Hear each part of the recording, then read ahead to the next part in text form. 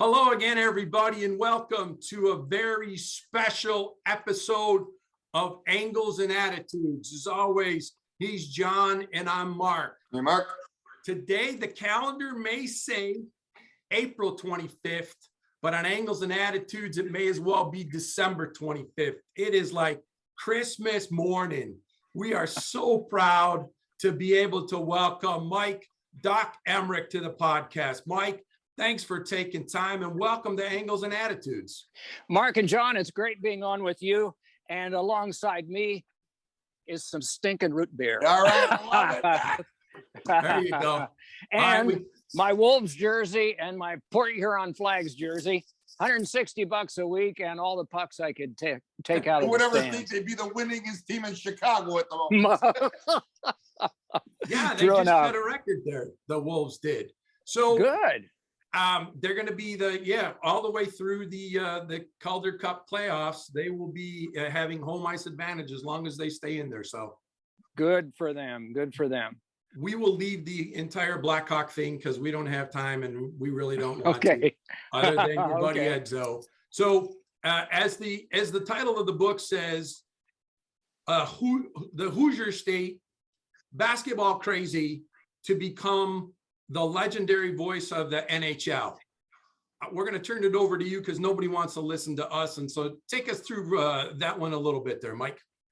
Well, like almost everybody probably watching this, I saw my first game live in 1960, probably 8 months after a bunch of guys that were amateur hockey players set the hockey world in the United States on its ear by winning the gold medal in Squaw Valley. Mm-hmm. And I wanted to see hockey in the worst way. And we had a team in Fort Wayne, Indiana, that later played in the same league with the Wolves, called the Comets. And they are still in professional hockey to this day. They're in the ECHL. And in the best of 7, they're trailing the Wheeling Nailers now 2-0. They lost the first 2 in Fort Wayne on Friday and Saturday last weekend. But they're still my favorite team of all time. But anyway, I got to see hockey live and that hooked me. And so up until then, I wanted to be a baseball announcer. But from that point on, it was hockey. And how does somebody that's very limited athletic skills that really wants to be a hockey announcer that can't skate even to this day get to do that? And I guess it started out by just going into the Coliseum in Fort Wayne, buying a ticket and sitting in an empty section on Wednesdays when they didn't sell out and calling the game into a tape recorder and listening to it back and trying to get better at it. And then going on through college and doing the same thing. And then eventually I got a chance a few years later at Bowling Green State University doing the second periods. They let students do the second periods of the Falcon games. And for 2 years while I was studying for a doctorate degree, I finally had an air check because I finally did a game to somebody other than myself. It might have only been 5 or 10 people, but I finally did and sent the air check out. And a guy in Port Huron, Michigan, named John Wismer, whose brother Harry was a very famous announcer calling games all over the country, football and basketball, hired me for $160 a week. And so that was my team. And wow. that was 47 years. That was the first of 47 years doing that. And that was 50 years ago almost. Jeez. That's the short version. God help you if you ask me for the long one. No, that brought you 3,750 games later. We find ourselves here. So thanks for joining us. And the marvel of it is, and I wish I could ask you guys, because your podcast audience has probably heard your story about your first games. And maybe if we have time at the end, I'll ask you about your first trip to Chicago Stadium, because I certainly do remember mine.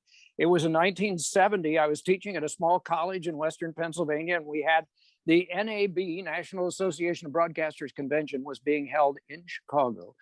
And so I brought my students there, and we were dutifully attending all of the convention things, but I was also working an unpaid job as a correspondent for the daily newspaper covering the Penguins, who were in their 3rd year in existence. And I had a National Hockey League Broadcasters Association, no, I'm sorry, Writers Association card. And so I went to Chicago Stadium and flashed my card, and I got into the press box that night. And I got to see Bobby Hall and Dennis Hall and Tony Esposito and all of those guys. And that night they played the Boston Bruins. And I don't remember who won, but I was taken aback by what a wonderful place it was to watch hockey. May not have been one of the places that the Bruins liked very much, coming in and playing there, but it was a marvelous experience for somebody like me that only 10 years earlier had seen his first live game, to see one at Chicago Stadium. Doc, that was with the Beaver County Times that you were able to get in with the pass and that? Yeah, they're trying to forget that back there, but yes. I made 160 a week in Port Huron, but that year I made nothing. That was a volunteer job, and I was so glad to get it, but I got a chance, and I still have the tape. I interviewed Bobby Hull that morning, Jerry Korab, and one other player. I think it may have been Doug Jarrett that I interviewed that morning. And it was just a wonderful experience, but all of it is. And I had the great life for 47 years, and I still do to this day, because I get to watch the games, and I get to watch people still broadcast games. And I will greatly miss Pat Foley working with Eddie Olczyk, because he enjoyed his job just as much as I did, and you could tell that. And so that will be something that next fall I will miss, not seeing Pat broadcast Blackhawks games, because Pat and I had sort of a signal to one another. Whenever I would work with Eddie and I was doing a Washington Capitals game, and a player would be going back to retrieve the puck, Pat knew and Eddie knew that whenever I said, "Here's Kempney," Pat knew that was a signal to him that I was thinking of him at the time, because he used to play in Chicago. And I would hear Pat say that out of the quiet. All of a sudden, Kempney would have the puck, and he'd say, "Here's Kempney." And then there might not be another thing for another second or two, because there was no reason for Pat to say anything. And then there was another signal that we sort of had back before Kempney, and I think it had something to do with one of the Blackhawk goalies like 10 years earlier. But he and I came through the ranks in the IHL, and I always liked hearing him tell stories about his days in Grand Rapids. And I was in Port Huron, and we had lots of unusual things that happened on the bus, like the front part of the bus had frost all over the windows, and the back part, the guys had their shirts off because it was so hot. Because the buses weren't the best. And it just, it was the way it was. One night, Pat was doing a game in Grand Rapids, and the scoreboard caught on fire because the arena was antiquated, and all of the equipment in the arena was antiquated. The scoreboard had been there since probably George Washington was crossing the Delaware, and the thing caught on fire. Now there's smoke coming out of it, and so there. The minor leagues, especially at that time, were played in older rinks, and they were not presumptuous. And it's probably part of the reason that we enjoyed telling that part of our lives, because we were in the NHL where not much went wrong. But in those days, a lot of stuff went wrong. But that was, you take me back our days. I went to the University of Illinois, Chicago, and they had a hockey team. And opening night, the Zamboni broke at center ice. And he just kept spinning the tires, and he wore the ice down to the concrete, and they had to call the game off. So still of those years and those types of things. But you brought up two things with Pat Foley, and obviously it's been very front of mind with the tribute to him recently, and the stories about his dad putting a tape in a cassette tape in the car of Michael Wirtz, some of his Grand Rapids work and all. But the thing that struck me, Doc, and the same thing with you, is I was walking to take the dog out, and I walked out of the room, and the TV was on, and Pat Foley was on, and it finally hit me. It's like, that's a voice that's always in our house just like you were for so many years, that voice Right. was part of our house and part of our rhythm of our house. And now it's not going to be there anymore. And that was the first time for me with Pat Foley. I was like, wow, that's it. And it really struck a chord. And how wonderfully you guys both did it. You respected the fact that you were in our house and you were one of us and never really lost that, that approach. It was just a very, I wouldn't say solemn, but it really hit me. It's like, that's it. That voice isn't going to be in the living room anymore. Right, exactly. Yeah. No, go ahead. I'm interested in what you guys have to say. No, it's just, again, and it's, when you did, when you had to say goodbye, it was just that you don't, I guess you guys showed us that you don't appreciate what you have until it's gone. And you listen to other people and how it just became part of who you were. We'll turn the game on in the middle of the game, the beginning of the game or the end of the game. And it still sounded the same way with you. And it sounds the same way with Pat and Edzo. And for us, it's worse now, Doc, because the team's not any good. And we had a fight to watch. And John and I have talked about this on the podcast. Like, it's like, oh man, the hockey is not good, but we got to savor we're down to 2 games. Right. We're down to 1 game, no matter what the product looks like on the ice or what the score is. And we found that it was actually better that the score was out of hand because they told more stories. When he was on with Dale Talon, it was a close game. I was mad. I said, don't tell us the score. And Doc and Mark, I just want to say this. We've been blessed here in Chicago, Doc, because we went from Lloyd Bennett to Pat Foley, and then we go from Dan Kelly when I was a kid to Doc Emrick. So, we've had some good voices, like Marcus said. Well, the other thing too is there's always, and this with the correct respect to whomever, and I know he's been chosen and he's worked some, although I've not heard, whoever follows, it's impossible. And I've been in the position as I was in Philadelphia. Gene Hart was a legend and he was brilliant. You can't follow someone like that. You can't replace them because they're irreplaceable. And so all you can do is do the best job of your own that you possibly can. And so go easy on whoever follows Pat and try to be patient, even though change is hard for everybody. I was turned into a Pittsburgh Pirate fan, which I still am. How'd it go against the Cubs? Well, 21-0 on Saturday wasn't very good, but the other 3 games were okay. But I was turned into a Pirate fan by Bob Prince. Bob was colorful. He was occasionally controversial, like Pat was. He was controversial, and eventually Bob was let go. I had a hard time with the person that followed him, but he stayed for 25 years and he was fine. But the first couple of years were hard because I had listened to Bob for decades and he had made me a fan. So those things are really hard for people. But the other thing too, I think after Pat's last game, I watched and he was magnificent in how he handled it and how things went on the ice.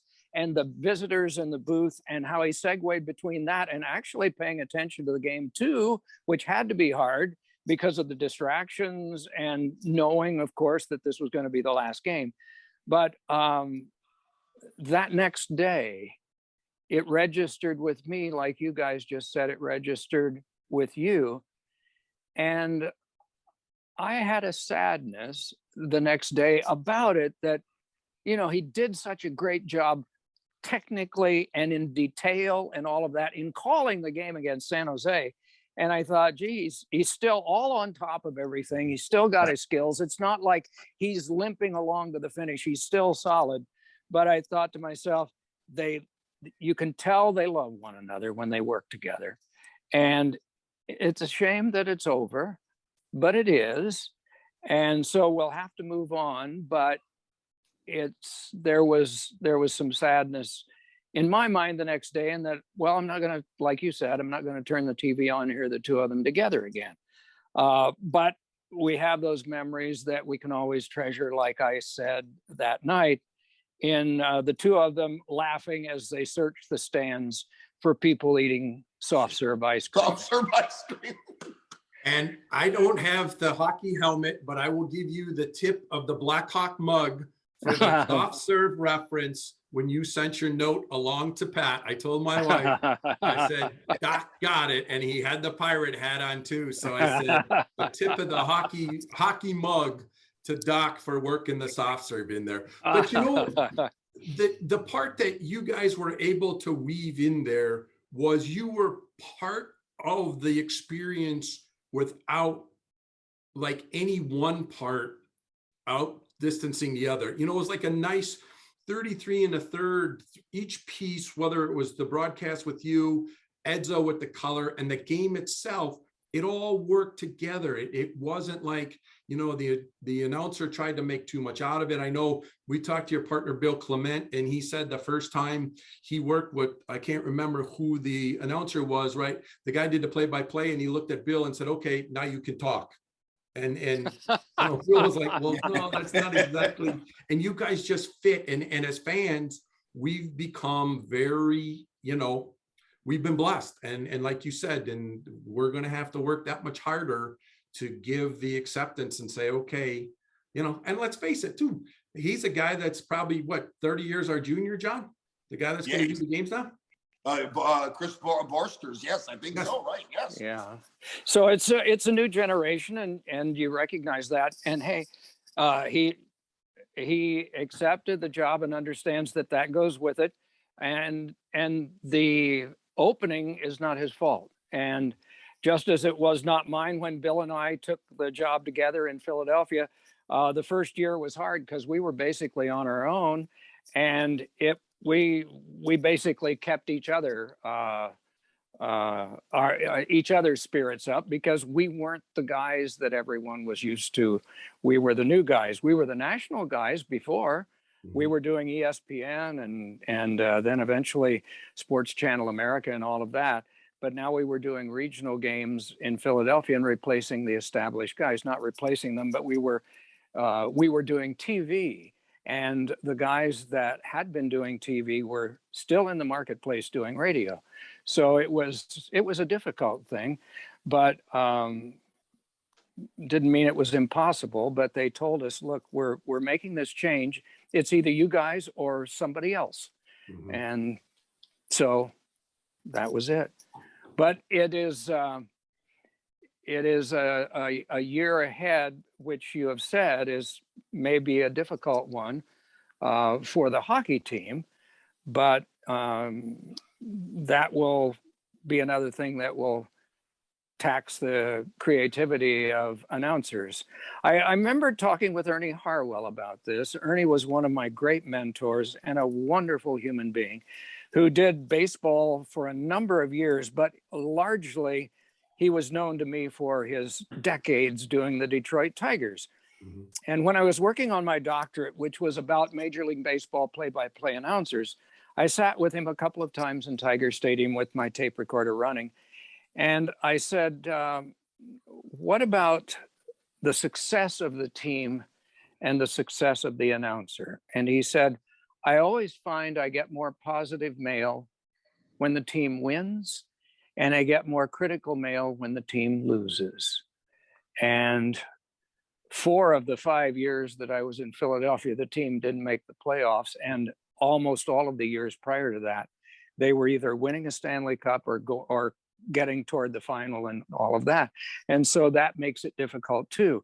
That will probably, given the division that the Blackhawks are in, be a challenge in the next year or so, because it's been a hard couple of years. And if you look back since 15, when they last won, it's been tough times.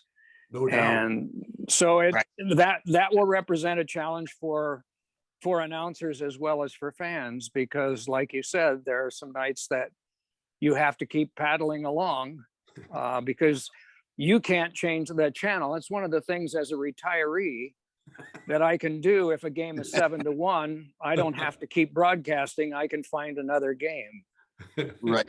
Jack, all these people that you brought up, like if it was Harwell with what you told us right now about the baseball situation, if it was Chico Ress, if it was Bill Clement, and of course our own Eddie Olczyk, over the years, I mean, the chemistry that builds is unbelievable. It's like, I felt like every game you did, I would listen to you guys. It was like I heard something new, and you got to be as quick as the game itself. So over the years, all the partners you've had, did you really start to see where it was almost like a well-oiled machine?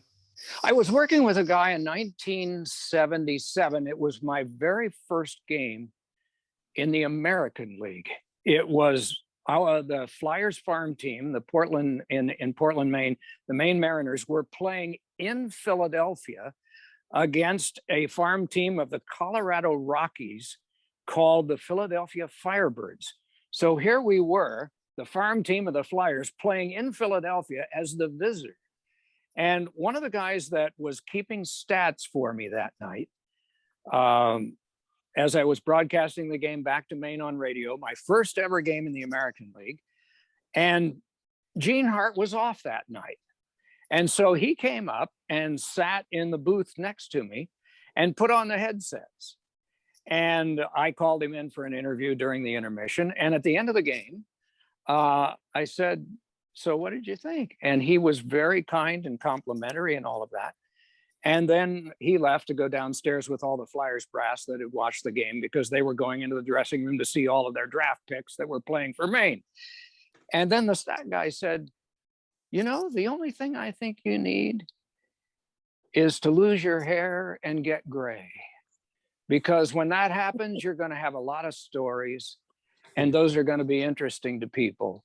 But right now, you're only 30 years old, and you haven't gotten enough stories, and so you're going to get a lot of stories the longer you're in the game, but right now you don't have them." And he was right. And as time passes, you get those. Like I worked 5 NFL games with Hank Stram. You talk about stories, you're going to have some if you work with Hank Stram.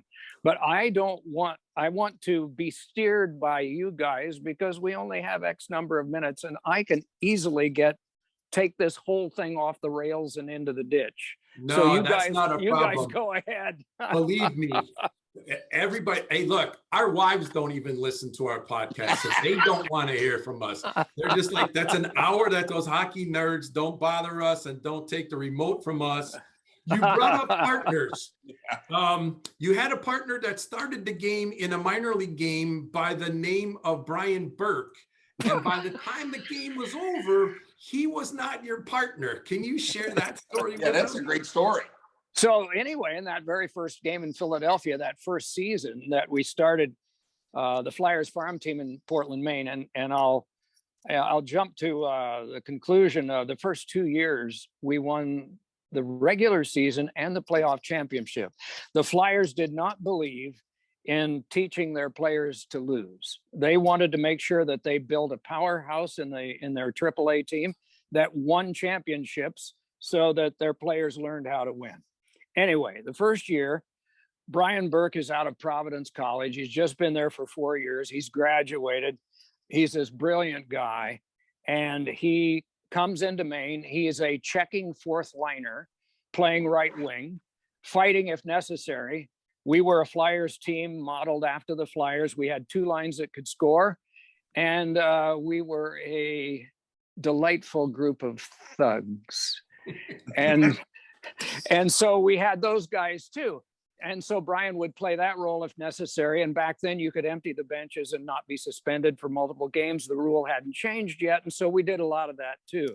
But anyway, so he won the championship the first year.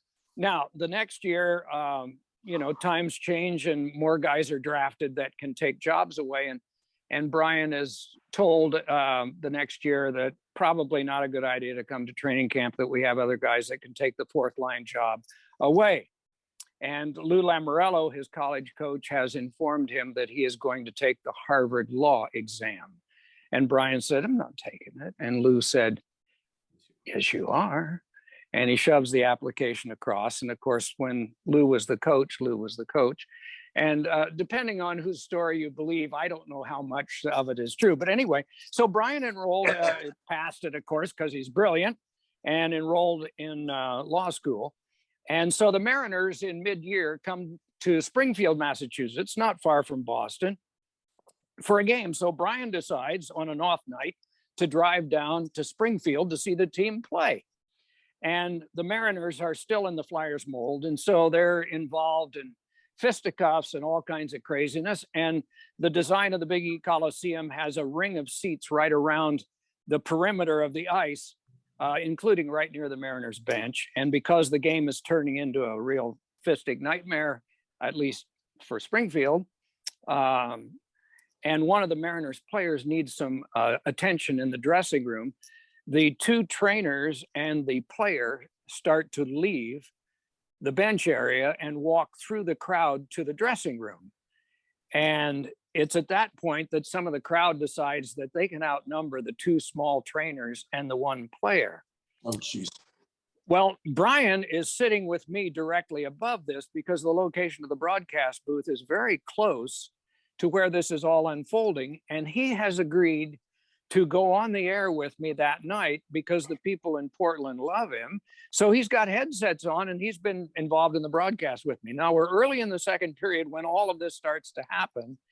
And when he sees the crowd surging around the player and the two trainers, he takes his headsets off, but not before saying, "Doc, I'm out of here. I got to go help the boys." And that was the last I saw of him. He told me after the first edition of the book came out and I had him throwing right punches in the crowd, he said, that's a little bit of an exaggeration. By the time I got down there, security was there. So I revised it in the second printing of the book. It's probably not as interesting, but it's a little more accurate about the role he played. But I did lose him. Yes, you're right. And they came, wow. Those were not dull days, that's for sure. No, and that's we watched yesterday the Tampa and Florida got after it a little bit, and there was a much more, to use one of your terms, there was much more snarl in the game yesterday, and even a couple of battles that had some pretty good duration as far as the fisticuffs are concerned. Yeah.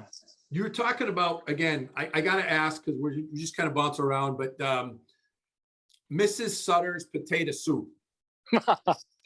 Well, Chico Resch, we had a game, and because we did not travel with the team, that was at times a disadvantage, and other times it was an advantage because we were on our own. We had a game in Calgary, following a game in Edmonton, but a day off. And because Viking, Alberta was closer to Edmonton than Calgary, and because Chico had spent so much time with the Sutters during his days winning a Stanley Cup in 1980 with the Islanders, he had gotten to know Grace Sutter very well. And he said, "Would you like to go to the farm?" And I had heard so much about this, about the hayloft, where they played street hockey in the loft. And I said, I sure would. So he rented a car, and Steve Cangelosi, who is the current Devils announcer, was our host at that time. And he and I and Chico drove to Viking, Alberta, and we were Grace's guest for lunch. And she fixed potato soup, and we sat around the big table, just like Lou, her late husband, and the 7 boys probably did. It's a big table. She shortened it up for us, but it was like stepping back into time. And then we were given a tour because she didn't go out into the cold. It was in December, but we were given a tour by one of the farmhands of the barn. And sure enough, it was like a surreal painting because there were 2 nets, one at either end of the haymow, and there were sticks lying on the haymow floor, just like for some reason or other the dinner bell had rung and it was time to go, and so they just dropped the sticks right where they dropped them at the time, and they lay there. And maybe they had lain there for 10 years. It's hard to know, or longer than that. But it was a fantastic thing. It was like going back in time to the Field of Dreams of hockey to be on the Sutter Ranch that day in December. So we took a lot of pictures, and Brent was the coach of the Devils at the time. And Chico went to a photomat and had them all developed. And we took them the next morning to the morning skate in Calgary and showed them him, big smile on his face, because he hadn't been home in some time, having a full-time job coaching the team. And it did his heart good to see his mom and all of the pictures of the farm. You said great times with Rush, for sure. Those were great times. I want to just talk about you and Chico.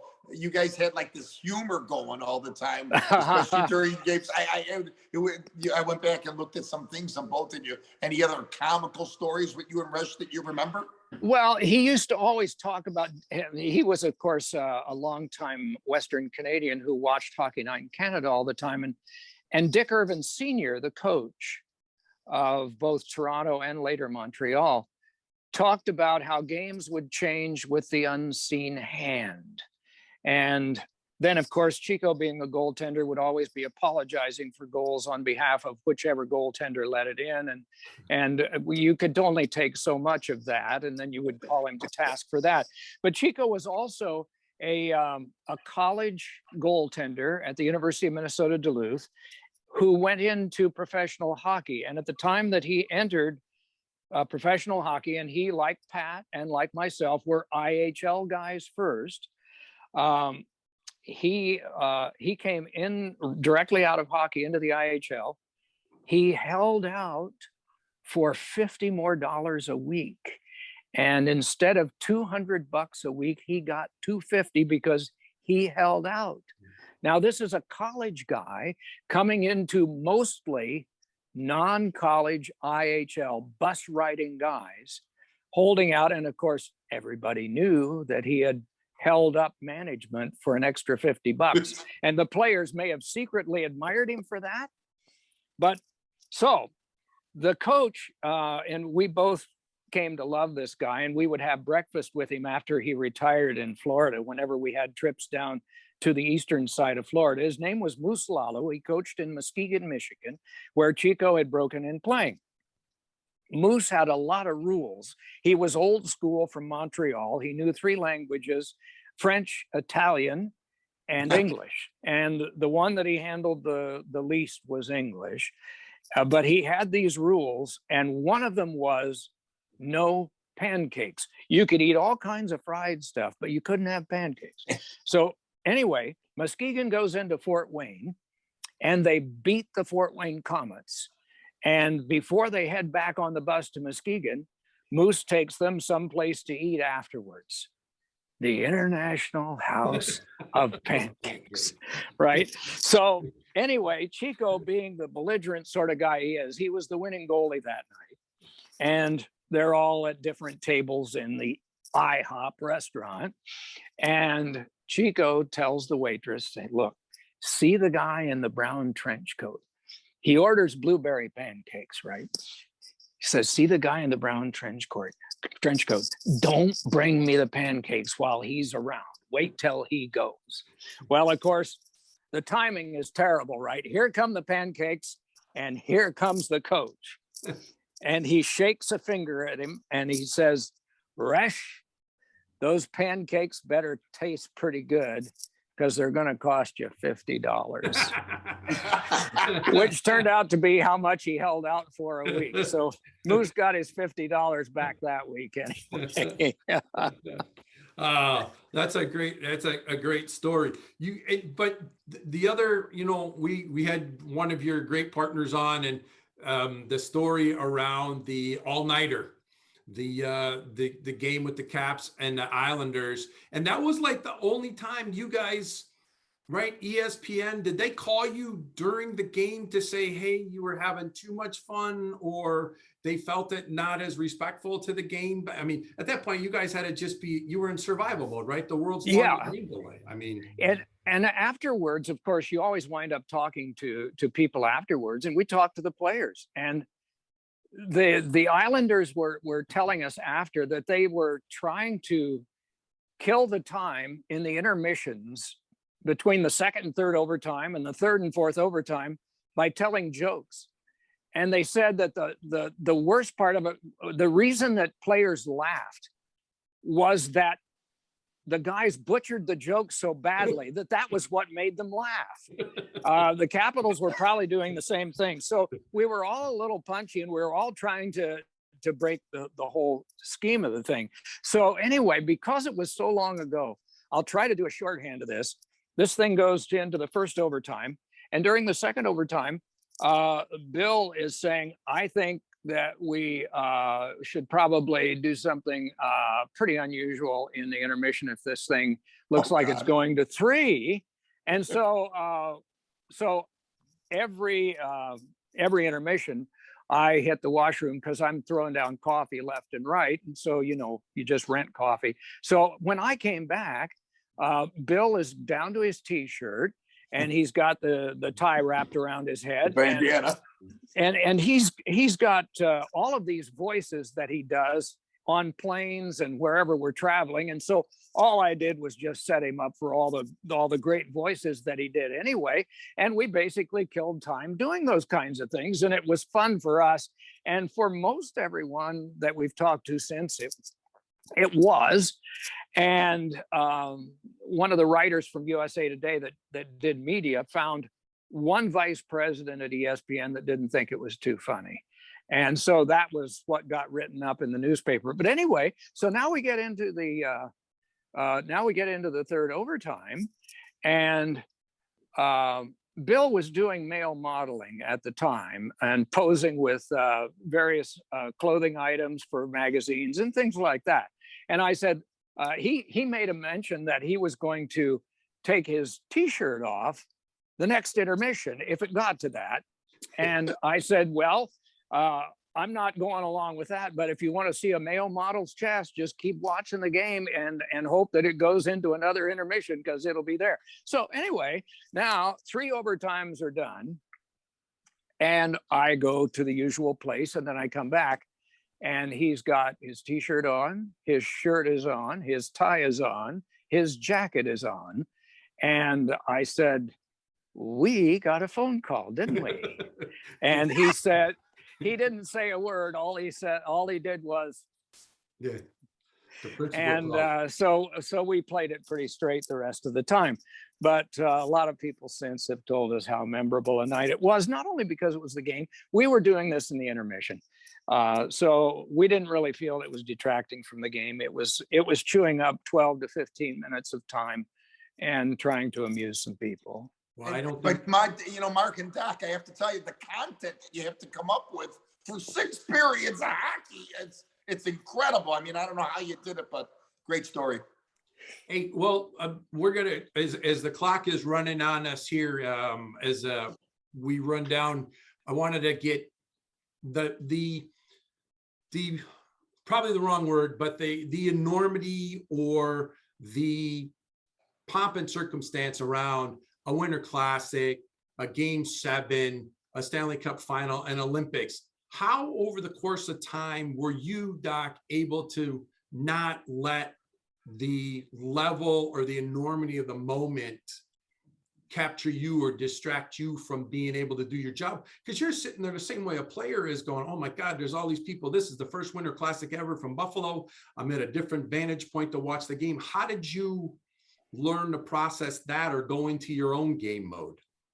I guess in a way, it was the same rule that I applied. And then it became automatic for me that the players are the most important thing. And the second most important thing are the referees and what calls they make and knowing the rules. And hey, we all get caught on rules once in a while, but on knowing that. And then the most important thing in overtime is getting it right. And most of the time that happens. But the most important thing too, for the events that you described, it's 2-pronged. Our executive producer, Sam Flood, who has ever since the latter days of us having the rights, the 16 years that we had the rights to NHL hockey at NBC, he would always tell us before Winter Classics, Olympics, seventh games of any playoff series, to remember that those games were going to be watched by a lot of people who did not follow hockey all year, and to make sure that we did not do a lot of inside stuff that would leave those people behind, because they were very important to us, in that we were there not to sell ourselves or not to sell the network, as much as we were there to say, we got a great sport here and we want you to like it too. And the surest way to do that is to not over talk and not to tell secrets about our sport that you aren't going to get. So that was the approach that we had. But I think the main thing, getting back to square one, was that the players are the most important thing. They're interesting people. They're almost to 100%, almost 100% really good people. Right. And they are a giving bunch of souls, as you know, if you've been around any of them. And they're exemplary. And I always had great admiration for the kind of guys that we had playing our sport, from those days back in the 60s in Fort Wayne all the way through the guys that went into the Hall of Fame that I got a chance to know. If you think of the ambassadors that our sport had, we had Gordie Howe, and then we had Bobby Orr, and we had Wayne Gretzky, and we had guys like Jonathan Taves you have in Chicago, and Sid in Pittsburgh. And these guys, they don't make mistakes on social media. They're just good people. And there are a lot of them. I just mentioned some of the stars. There are a lot of them. And that's the number one thing that this sport has going for it, are the people that are inside the uniforms that do, as I learned in my days in the IHL, they have unnatural extensions of their feet, skates. Mm-hmm. They have unnatural extensions of an arm, stick, and they are able to go 30 miles an hour and get hit into stationary objects like boards and glass. And they don't get mad and try to cut the other guy's head off with their stick because it happened. They recognize that's part of the game. I don't know how they do it. I'm just glad they do. We found that very much so, because John's the bird dog, and he'll call me to go, Mark, I don't mean to get you all excited, but I think we're going to get so-and-so next. And names come up, like even from our Blackhawks past, JP Bordelot, Darcy Rhoda, John Marks, Bill Gardner, Gary Smith, and they've all come on.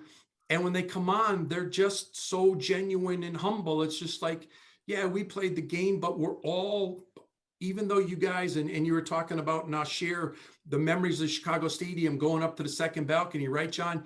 Knowing your feet stick because there was so much fear and humidity in that building that you'd have to, your calves would hurt because you'd have to lift your feet going up those stairs, because your feet stuck. But you're exactly right, Doc. Everybody, loves and respects the game and doesn't want to do wrong by the game, because they realize how much they gained. Even for John and I, who obviously didn't play professionally, or our kids didn't play, but the friends that you make along the way doing the trips. I was just in Pittsburgh a couple of weeks ago with my son. He's coaching a under 18 team. So we were at the ballpark and we were here and we were there, but those are all memories generated. Why? Because in an hour we got to be at the rink. And that's what brings us to those people that you sit around in the hotel after the game to complain about the refs or whatever, because of the game. And that's what brings us here. So, and that's what brings you to us. And we're ever grateful for that. We do have one tradition. John is a goalie like Chico. So the goalie, the blue paint gets the last call. So John, I'm going to turn it over to you, and you ask Mike what you got to finish us off here this afternoon. Thank you, Mark. Thank you. Doc, I got to tell you, I want to say thank you, first of all, before I forget to say thank you for coming on with us today. But I got to tell you, what a year it has been. And of course, I think just the last couple of years, when you had made the announcement, of course, that you were leaving, the game to retire. And then, of course, just this last year, we lost my idol, Tony Esposito. We also lost the great Mike Bossy, Guy Lafleur. And why I'm bringing these up, because they are the first impressions for me, especially Mr. Esposito, and then watching Bossy and Lafleur. And then, like I had mentioned, announcers before, as Pettit and Dan Kelly, and now yourself. I mean, like Mark said, hearing you and that voice, and especially when we had our runs in Chicago, we would watch you 3 and 4 times because everything was going so good. We would watch the replays at 2:00 in the morning. I would watch those whole games. I just want to say, sir, it was incredible. I didn't mind hearing your voice. He rattled one around the boards, and, Crawford with an unbelievable save. But I have to tell you, Doc, this has truly been the honor of honors on our Angles and Attitudes here today at Mira. I mean, Hall of Fame. You were just incredible at what you did. You talk about somebody hard to be replaced. You, my friend, will be hard to replace. Big shout out today. I'm very close with Mr. Olchek. We were going to try to surprise you today and get Eddie in here, but I guess a game tonight with Philadelphia Flyers is looming at the United Center. But I have to tell you, Doc Emrick, thank you so much. You are a true champion to our sport. Well, knowing that you're a goalie, am I allowed to tell you one 90-second story about a Blackhawks goalie? Okay.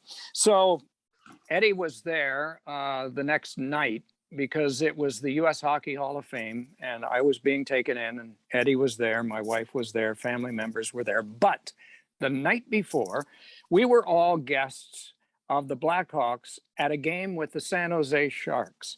And there was a suite that was in the lower corner behind the San Jose goalie. And it's that period of time, probably 3 minutes or so before the game is going to start. The players have just skated out onto the ice.